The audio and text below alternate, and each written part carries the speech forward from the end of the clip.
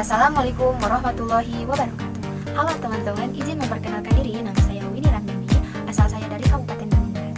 Saya kuliah di STKIP Pangeran Darmakusuma Indramayu, mengambil prodi Pendidikan Ekonomi semester 1. Video ini dibuat untuk pemenuhan tugas mata kuliah pengantar ilmu manajemen. Baik, untuk jawaban dari pertanyaan pertama.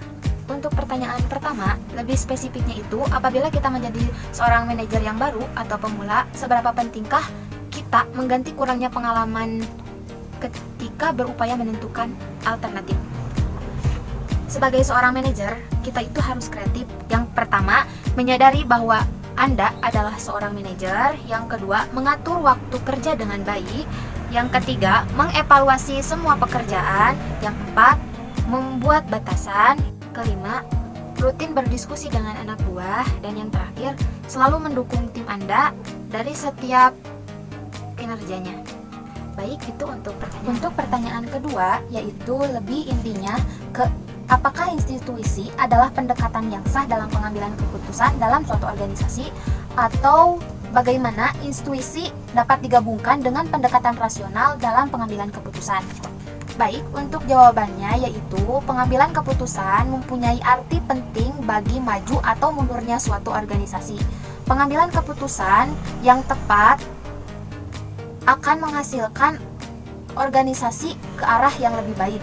Namun sebaliknya, bila pengambilan keputusan yang salah akan berdampak buruk bagi roda organisasi maupun administrasinya. Dalam pengambilan keputusan ini, manajer harus memiliki dua pendekatan pokok, yaitu pendekatan normatif dan deskriptif. Untuk pendekatan normatif menitik beratkan pada apa yang seharusnya dilakukan oleh pembuat keputusan sehingga diperoleh suatu keputusan yang rasional.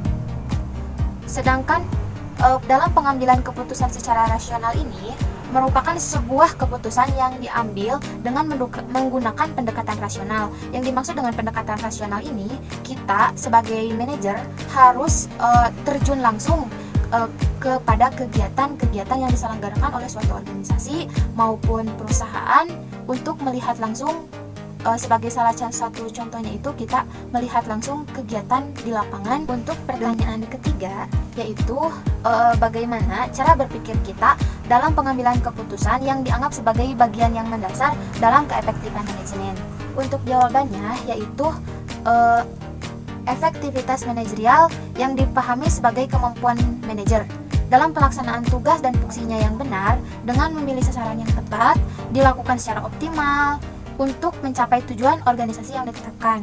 Dalam pengambilan keputusan juga merupakan fungsi manajemen yang lebih mendasar agar dapat memperbaiki mutu pengambilan keputusan organisasi dan manajer secara terus-menerus mencari jalan untuk lebih rasional dan sistematis dan pengambilan keputusan.